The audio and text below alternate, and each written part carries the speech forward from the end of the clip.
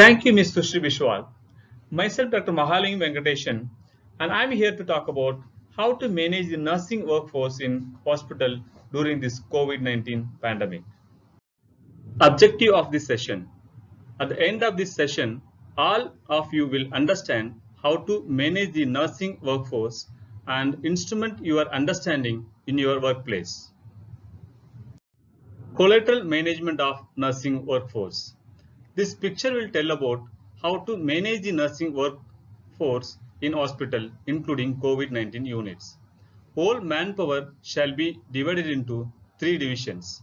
That is, whereas the orange color denotes that pregnant and nurses clinically diagnosed with comorbid diseases shall be excluded from COVID-19 duty, but they will be continuing in non-COVID area duties.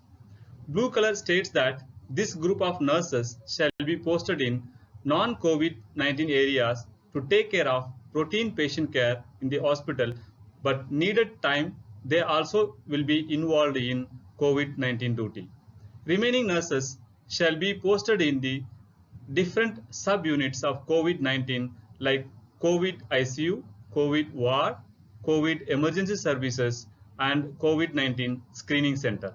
Further, management of nursing workforce in COVID-19 unit. Be sure to keep in mind that the current situations will not go away overnight, and we should focus on long-term occupational capacity rather than repeated short-term crisis responses. This diagram will tell about how to manage the nursing manpower in COVID-19 units. You see, the dark blue part says people currently working in COVID-19 unit. During the COVID-19 duty, anybody may get exposed with positive patient. With this reason, may whole team go for quarantine for next 14 days. And again from this team, few may develop complications and will be excluded from upcoming COVID-19 duty.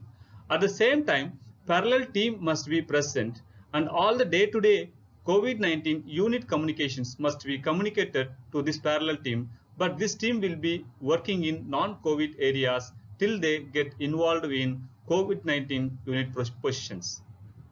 Further, partnership. Inexperienced nurses with their more experienced nurses will be the best option to run the COVID-19 unit. Initiate, encourage, and monitor the work breaks to prevent the fatigue during duty hours. Implement flexible schedules for workers who are directly impacted or have a family member affected by the stressful event. Possibly make a duty roster for 14 days and duty hours can be fixed according to the institutional policy.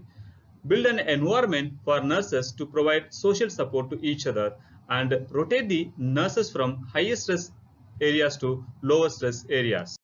Keep two kinds of nurses in COVID-19 units, whereas few will be in COVID-19 PPE and others will be in normal PPE. Those in COVID-19 PPE will work closely with positive patients and others will be helping like telephonic communications, dietary services, linen management, stock management, and documentation. At the same time, during each other communication, we should ensure that they are maintaining a distance according to the institutional policy.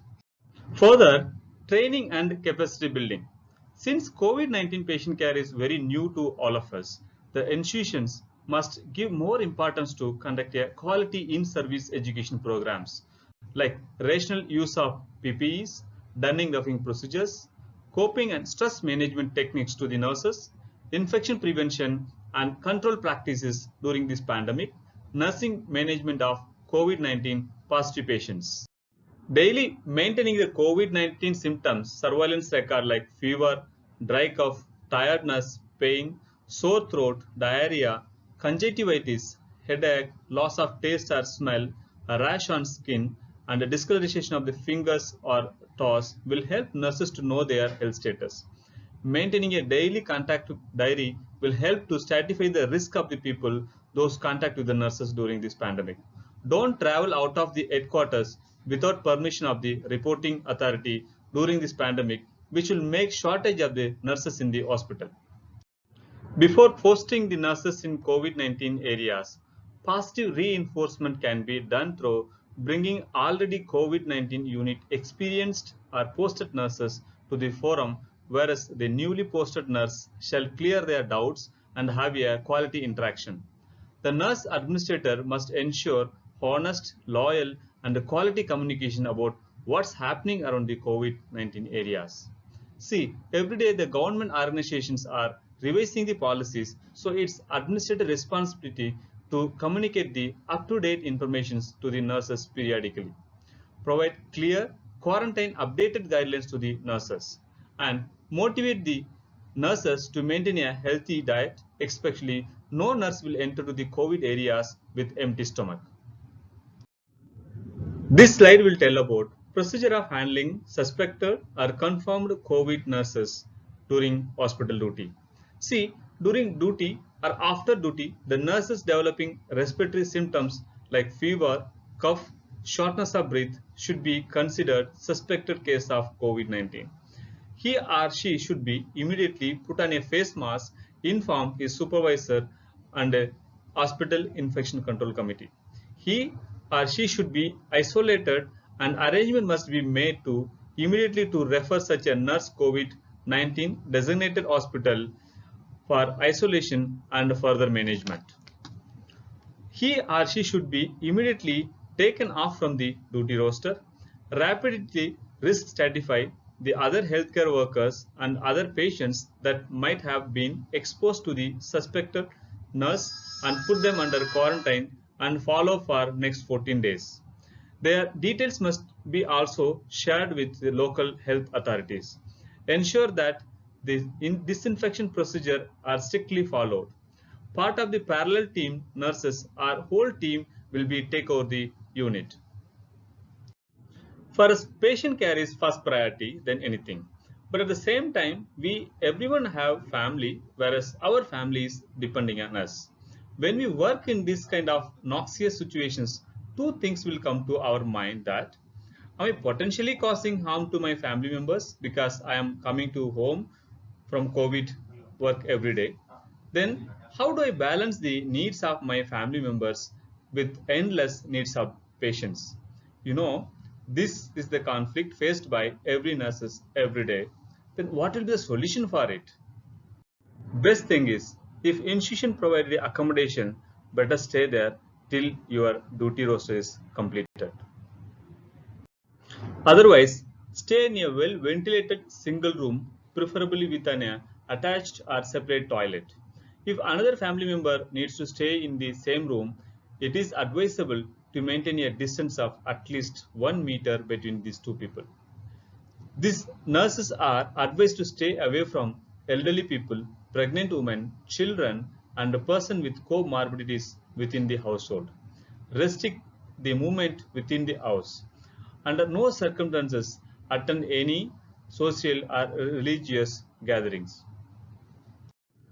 Wash hands as often thoroughly with soap and water or with more than 70% alcohol-based hand sanitizer. Avoid sharing household items like dishes, drinking glasses, cups, eating utensils, towels, bedding, or other items with other people in the home. Wear a surgical mask at all the time. The mask should be changed every 6 to 8 hours and disposed of. Disposable masks are never to be reused. Used masks should be considered as potentially infected.